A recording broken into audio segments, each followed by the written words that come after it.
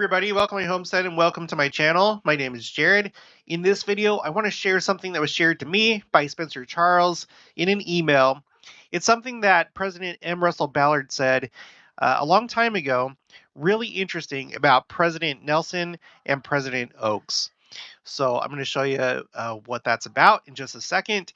First, just a quick update on the Book of Mormon Sharing Challenge. Right now, we're at 4,484 shares of the Book of Mormon. So that's up 14 from yesterday. So that's really good. And then yesterday, after I was done doing my videos, I had one report come in saying that somebody that received the Book of Mormon is now meeting with the missionaries. So now we've gone from 15 to 16 people meeting with the missionaries, which is amazing. We've also gone up 2 more people that have new people that have shared copies of the Book of Mormon. We've gone from 379 to 381 from yesterday till today. Please make that number go up. There are thousands of you. Please do it. That would be amazing. Okay, let's get to the email. So Spencer Charles, by the way, Spencer has a YouTube channel called Latterdayhelp. Okay, he's just starting out, so please help him out. Subscribe. I'll do that right now. Please look at the description below, and I'll put his channel down there so you can subscribe and find it easily. Just starting out, but he's a great commenter. He's good, so make sure to check him out. So he says, "Hi Jared, while in seminary, my teacher showed us a video about President Nelson, and during the video, something stood out to me. President Ballard spoke on when Presidents Nelson and Oaks were called to fill in the vacant spots in the Quorum of the 12 Apostles. He said, quote, when Russell Nelson and Dallin Oaks were announced to be members of the Quorum of the 12 Apostles, I thought, we have just sustained future presidents of the church. That was a feeling I had because I knew the depth of Russell M. Nelson, end quote. Now, thankfully, he was able to provide that video. Okay, it's on YouTube, and if I could find it, this is on the Call to Share channel. They're also really good. They just do like a bunch of like collection of like just a good collection of videos and stuff. So make sure to check them out. But right here, okay, this is this video called "Elder Ballard Had Feeling Russell M. Nelson and this man would be presidents of the church." And then it's right at the very beginning of the video, so you don't even have to watch it all the way through. It's right at the very beginning. And I have the transcript right here, and that is the quote. And I watched this. It's a good video to watch. But that is the most interesting part for me, is what President Ballard said about Presidents Nelson and Oaks. So let's continue with his email. I find this to be very interesting and thought you would find it interesting as well. Russell M. Nelson is the current prophet, which so far confirms the feeling President Ballard had around 40 years ago. Is this evidence that President Oaks is going to be the next prophet? Thanks. Oh yeah, he also shared an article. This is also from Called to Share, so I'm going to include that. I'm going to include that in the description. I'm not going to go over anything in it just because, like, since this is like another content creator, I don't like to like copy really or do what they've done. So just make sure to check that out. Okay, so let's look at this a little bit further, and thank you, Spencer, for sharing that. I pulled this up. This is just a very nice, simple website that just lays out how the order has gone, the seniority of our current apostles in the first presidency. So President Nelson replaced LeGrand Richards, and then Dallin H. Oaks replaced Mark E. Peterson, in case you were curious. And this was back in 1984. So yeah, next year it'll be 40 years since that happened. So that's interesting. I've already done some videos. Excuse me. I've already done 2 videos and maybe mentioned it a few other times, talking about President Oaks, the significance of his name, the significance of his career, the significance of just everything that's significant about him, all the highlights, all the implications. I did this video here called From 17 to 18 because President Nelson is the 17th president of the church, and then if President Oaks becomes the next president, he would be number 18. So this is the more recent video. I'll put that in the description below. And then I did this older one. They're both worth watching. The older one only got 944 views, but that's because it was longer ago, but it's worth watching. And it's called Significance in His Name. Will President Dallin H. Oaks become president of the church? I think there's a good chance.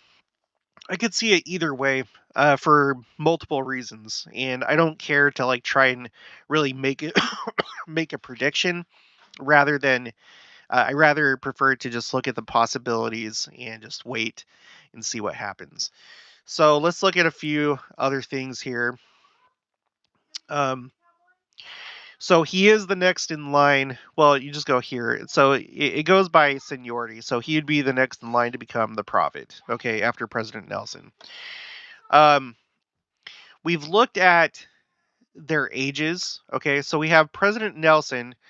He was born September 9th, 1924, and he is currently 98 years old. Okay, that was a big deal. I've made a few videos about that because he is now the oldest apostle or prophet of this dispensation, which I think says something.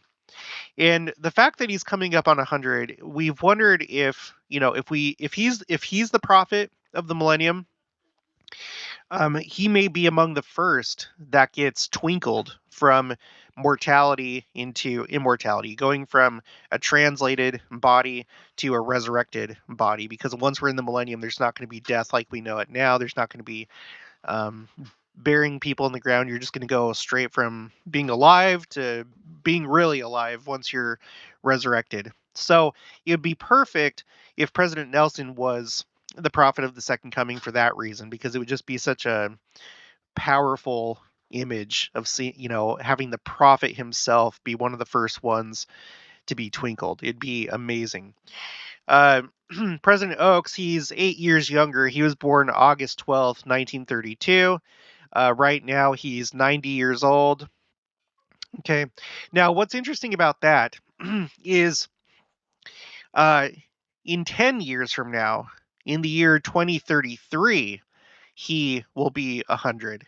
So let's think about this scenario. If President Nelson passes away, and I hope that he doesn't, but if he does, and then President Oaks becomes the next prophet, and then he lives to be 100, and then the second coming takes place in the year 2033, then he would be 100 at that time. And 33, sorry, 2033 would be pretty similar. Okay, so we know that Christ died when he was 33, right? And so in the year 2033, that would be 100. Oh my gosh, I'm getting the numbers messed up in my. That would be 2,000 years from the time that he died. Okay. I personally accept the Gregorian calendar. I accept what church leaders, apostles have said about Christ being born in the year 1 BC on April 6th. I accept that because they said it. And I don't trust so much other people's calculations. I'm not saying that they're wrong, but I'm just going to go with those that are in authority. They may have special knowledge, have received inspiration, revelation, so I'm just going to go with that. So anyway, that would mean that President Oaks would be 100 years old at the point where we're at 2,000 years since Christ was crucified, and that could be significant. So I don't know. So you have two very interesting things going on here. And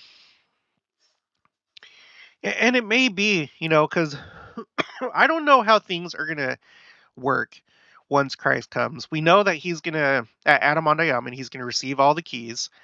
I probably need to investigate that a little bit further. I don't think that he's going to just take, like, no one is going to be acting after that. You're not going to have bishops. You're not going to have prophets. You're not going to have any offices of the priesthood or callings that require keys. It's just going to be Christ that has the keys. I don't think that's right. I think that what that's referring to is currently we've already researched this. Okay, what we've found is that this entire time the keys have been under Adam's stewardship. I mean, ultimately, yes, Christ, but Christ has allowed Adam to be the one that's over the keys throughout this entire 6,000 year period. So when keys are uh, given, when they're passed on to somebody, like during the restoration when they were restored, it was under sorry, it was under Adam's direction. Okay. And so I think that what's going to happen is in the millennium, it's simply going to pass to Christ. Everything at that point will be directly from Christ, but you're still going to have bishops that need keys. You're going to have other offices and callings where priesthood keys are necessary. And so, um, furthermore, we read how Joseph Smith said that it's likely that Christ is not going to be on the earth the entire millennium, but only be here when it's necessary to do things. Same thing with those that are resurrected, that most likely they're not going to be here the whole time. So I feel like the implication of that is that there would still be a prophet. We would still have prophets throughout the millennium that would act in his stead while he is away. And so it could be something like this, that President Nelson will be the prophet of the second coming. And then we'll see, the second coming will happen, and then we'll see him be twinkled. And then later, 2,000 years after Christ's crucifixion, President Oaks being the prophet at that time, he would be twinkled in that year. So you can see how it could happen like that too. So only time's going to tell. We'll see what happens. Um, Now, I've made this point before, and this is very interesting. You've probably realized it yourself. You have this curious case where you have Russell M. Nelson, who is currently the prophet, and then if you go two down, passing over Dallin H. Oaks, you have M. Russell Ballard. So we have Russell M. and M. Russell. I don't tend to believe in coincidences, and I know that the Lord likes to use patterns and he likes to communicate in certain ways. So, for example, at this point, most people are familiar with the idea of chiasmus. It's a style of writing. It's like a poetic way of writing in the scriptures. It's a Hebrew style where basically what you do is it goes something like this. This is the pattern. It's something like this: A, B, C, D, and then you have like your middle point that you're pointing to, and then after that, D, C, B, A. All right, A, B, C, D, D, C, B, A. So, for example, in Psalms 3, 7 through 8, this is on BYU, by the way. I'll put this link in the description below. You start out with save me, and then it ends with the salvation. And then the next line is, oh my God. And then second to last is to Yahweh. So God, Yahweh. So save, salvation, God, Yahweh, has smitten, has broken, enemies, the wicked, and then you have the two the two middle things. And this is what the rest of it points to. This is what the central idea, the focus is. It's in the middle. Okay. So that happens both in the Bible. It also happens in the Book of Mormon, which is a proof for the Book of Mormon. Joseph Smith would not have known to do that. So that's something that's pretty amazing. We've looked at President Nelson's. Oh, gosh, I should have pulled this up. Let's do it here. We've looked at President Nelson's talks. I've pointed out how either he intended to do this or he was just inspired to do it. I don't know. That he's kind of done the same thing, not with his writing and not with subjects matter, but through the number of times that he spoke in conference. So the first conference, as president of the church, he spoke 1, 2, 3, 4, 5 times. The next conference in October, 1, 2, 3, 4 times. The next conference, 1, 2, 3 times. Only 3 times. And then the next conference after that, October 2019, 1, 2, 3, 4. And then April 2020, 1, 2, 3, 4, 5. So in the middle of that, you have the come follow me talk. That's right in the middle. And that's the one where he says time is running out. If you have a weak testimony or if you've stepped away from the church, please do the work and do it now. Time is running out. He really stresses that through his body language and by leaning into the microphone and his facial expression. So you'll just have to go look that up. The name of the talk is Come Follow Me, April 2019. All right. And also in that talk, he shows the image of a town that was burnt down by fire. So time is running out, and hey, take a look at this town that was burnt down by fire. So I tend to think that that was significant and that this is actually a thing, whether he intended to do it or not. Somehow it happened. And that's the focus, is that time is running out. Okay. So with that in mind, Book of Mormon chiasmus, Bible chiasmus, President Nelson's middle talk, you know, and there's probably so many other examples that you can look at. It seems like this is one of the way that the Lord likes to speak. Okay. Probably because there's just some people that they think in this way. It's easy to see patterns, and it's like, oh yeah, okay, that makes sense. So when we're looking at, and I don't know why this won't let me zoom in. Sorry, I can't zoom in. I'm not allowed to on this website. So you can see that if you have Russell M, and then after that M Russell, and in the middle you have Dallin H Oaks. I don't know. Maybe Dallin H Oaks is something special. Maybe he's the prophet of the second coming, or he's just going to do something really amazing. Like we said, it's. I feel like it's likely that he's going to have a hand in establishing the political kingdom of God. Okay, I don't really have any doubts about that. That's his background. If we go to this, I put down the occupations of all the prophets, and then I put Dallin H Oaks down here just in case he becomes the next prophet. And their occupations are interesting. We've noted, and many people outside of this channel have already noted, that it's interesting that we have a prophet right now who is currently working on building Zion. And the Zion is the pure of heart, and the one of heart, and the one of mind. And we have a prophet that was a heart surgeon. It's fitting. Symbolically, it's fitting that we have a prophet that knows how to work on hearts, both in a literal sense, but also in a spiritual sense. I've also noted their military service.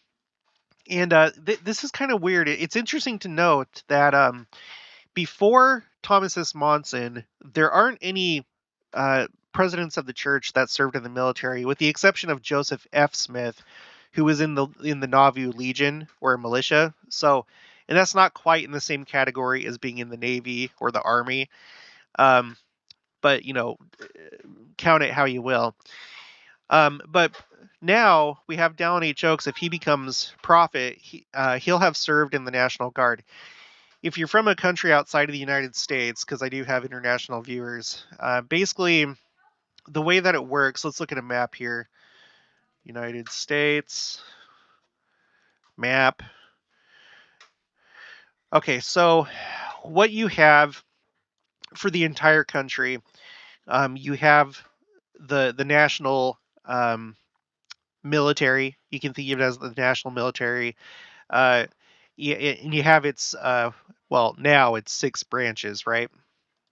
Let's see, 6 branches of the military. Let's just go here. So you got the Air Force, you have the Army, you have the Coast Guard, you have the Marine Corps, you have the Navy, and then the newest addition, the U.S. Space Force, right? And they're divided up according to their, basically their war fighting domains. So obviously the Air Force is for airplanes in the air. That's primarily what they focus on. The Army is the primary ground force of the United States. The Coast Guard, it is its own branch, and as the name implies, they guard the coast of the United States. They're like the Navy, but they specialize in doing like coastal operations, and sometimes they do some kind of like law enforcement type activities, and they coordinate with law enforcement, and they can be deployed during wartime to foreign shores and conduct operations there. In fact, when I was in Afghanistan, I was surprised to see that the Coast Guard was there. There's like this little building, and it was Coast Guard. I was like, what the heck are you what are you doing here? Well, it turns out that the Coast Guard is in charge. One of their things that they do, it has to do with like customs and um, goods going in and out of a country. So they had a thing there at Bagram. The Marine Corps is basically a secondary army. It's basically the army of the Navy, and what they're supposed to specialize in is naval. Well, no, sorry, attacking beaches, right? Invading from the sea. And of course, that's not all that they do. I don't know where they were during World War II, during Normandy. What the largest amphibious assault of all time was conducted by the Army. And at the same time that the Army was doing the Marines' job, they were also doing something that only the Army does, which is airborne assault. So we were attacking by sea and by air, but you know, okay, we have a need for it. Sorry, I'm not anti-marine. My stepdad is a marine. I just think it's funny. I just think it's funny that the largest amphibious assault was carried out by the army. But okay, and then of course you have the navy. They're they do battle on the waters of the seas, the oceans, and then the space force is for space. So that's how it works. Okay. Well, so these are all like national forces. And the way that it works in the United States, and I think a lot of other countries have something similar, um, each state has its own little military, and it's called the National Guard.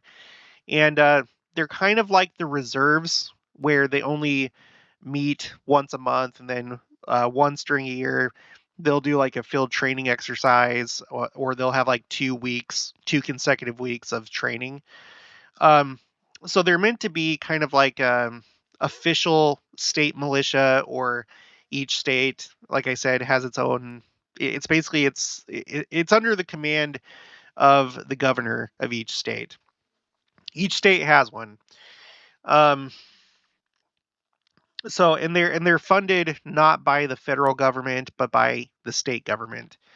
And I was going to say one other thing about them. Uh,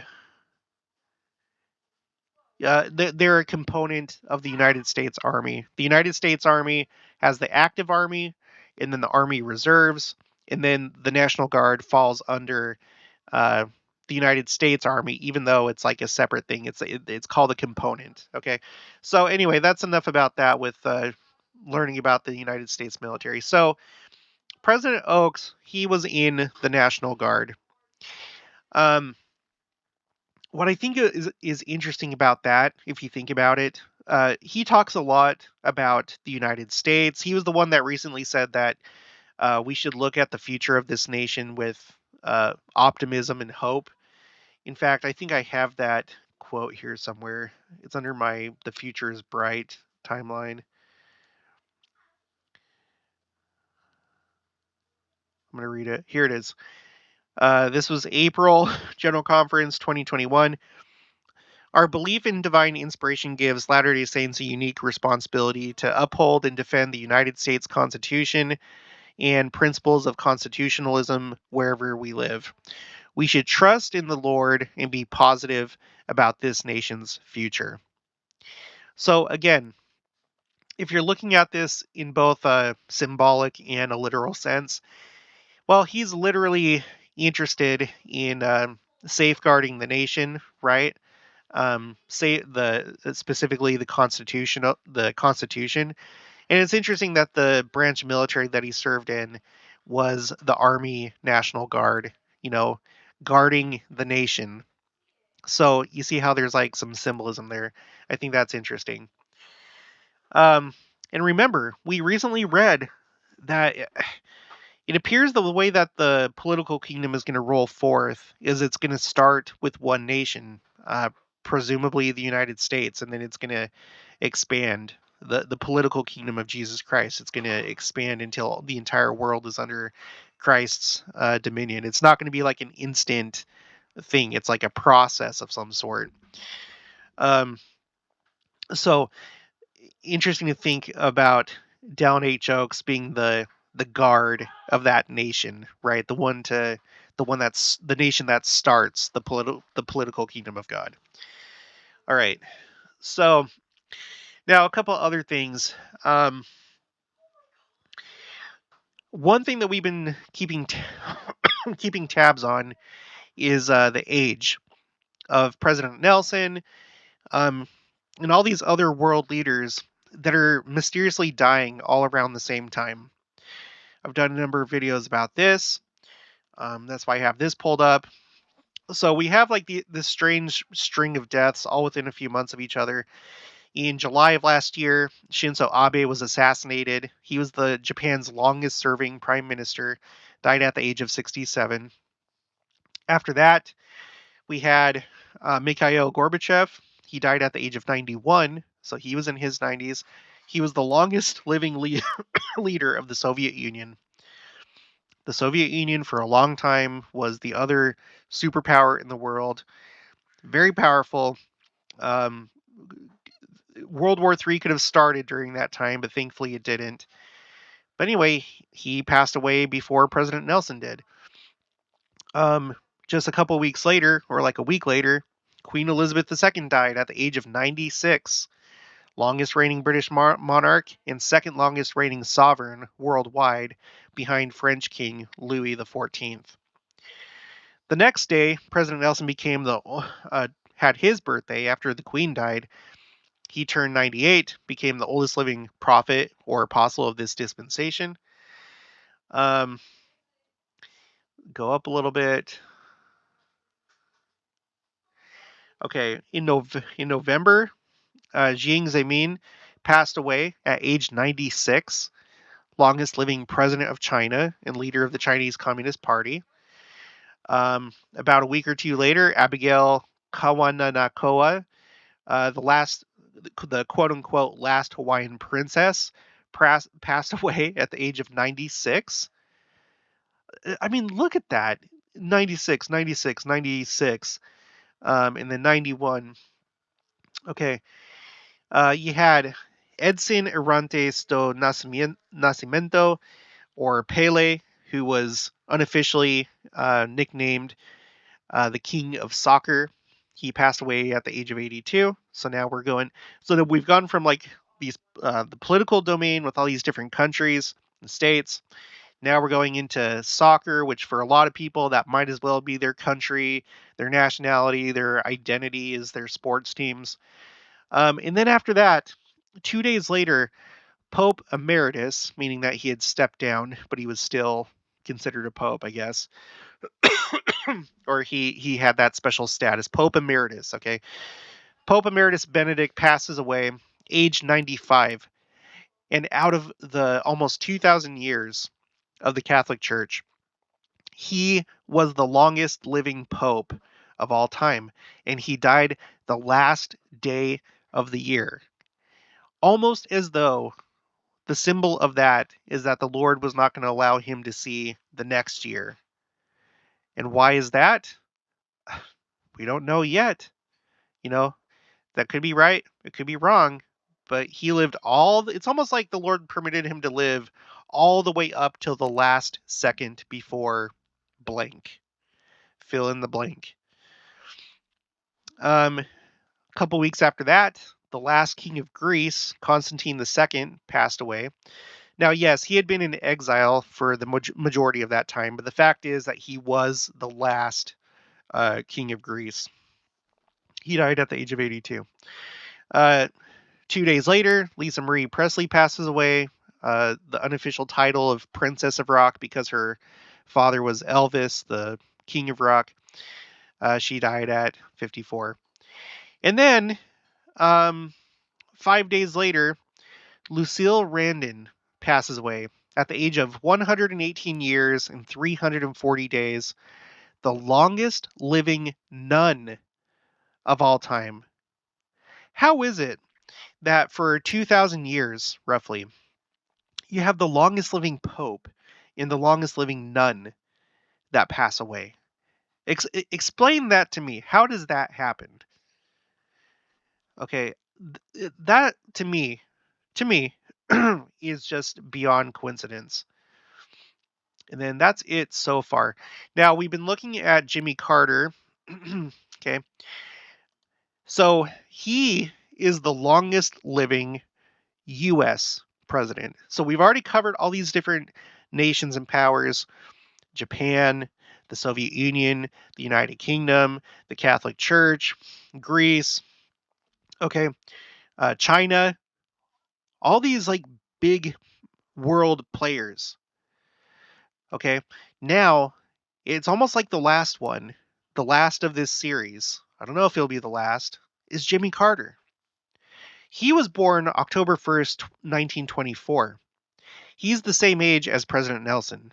President Nelson was born um, a month before in September, and then a month later, Jimmy was born. Okay. He is now the longest living U.S. president of all time of this nation's history. And you'll remember, possibly, we did a video recently. it was so, it was just so timely. After having noted all these other people, it just so happened that like a couple weeks ago, he entered into hospice care. And again, if English isn't your first language, hospice is like where you're at the end of your life, and you have like a special care team that takes care of you as you're dying, essentially, at like usually a special facility. In this case, he's at home, but he's under hospice care. This is the most recent article that I could find that confirms that he's still alive.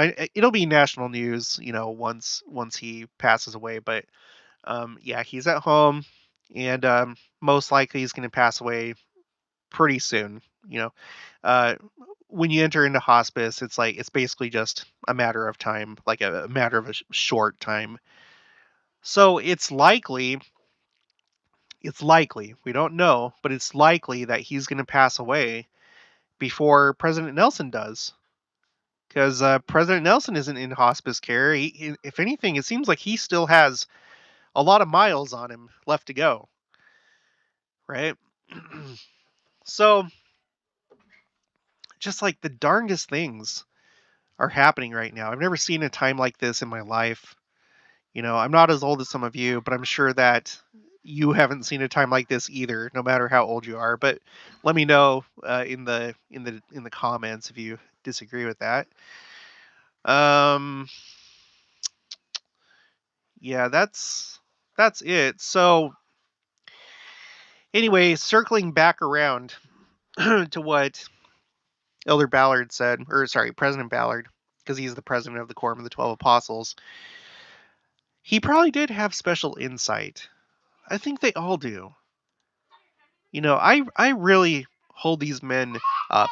I really believe they are who they say they are, that they're apostles, that they have a special witness of Jesus Christ, and that they receive special communication, and they know a whole lot more than you and I do when it comes to this church and its history and what things mean. You know, um, so those are some special words that were spoken by him. It could just mean that, if you put it together, maybe what we're looking at between President Nelson and President Oaks is the transition team. President Nelson being on this side of the millennium, like serving as prophet on this side of the millennium, and then President Oaks being the first new president of the millennium. But we'll just have to see. All right. Let's just finish it off with this. Again, a reminder. Sorry, this is right here. This is the most important thing that I'm doing on my channel. This right here. For all I know, this might be the reason that I was inspired to do a YouTube channel. Although it's like great, learning about the second coming. There's like secondary benefits, but this might be the most important thing, and I have to keep doing it. How could I just like stop doing this? Because it's causing people to share the Book of Mormon, whereas they may not have, and that has been the case for me. And I'm not bragging. Someone accused me of bragging, and that's not what this is about. It's not about bragging. Gosh, some people. So anyway, just let me know if you share a copy of the Book of Mormon. Please let it be a simple message, just like one line. Make it easy for me to find. and I'll update it on the tracker. And if you haven't seen the other side, you can go and check the tracker anytime that you want to. The link for it is in the description below, and it has everybody here. It'd probably be worth it for you to check and make sure that I have your numbers right, because there's a chance I missed your email, your message, your comment. It's kind of hard actually, but I think I catch like probably 99% of them. But maybe just check through here and make sure I have your number correct. Okay. And it's not for anybody's credit or for bragging or anything like that.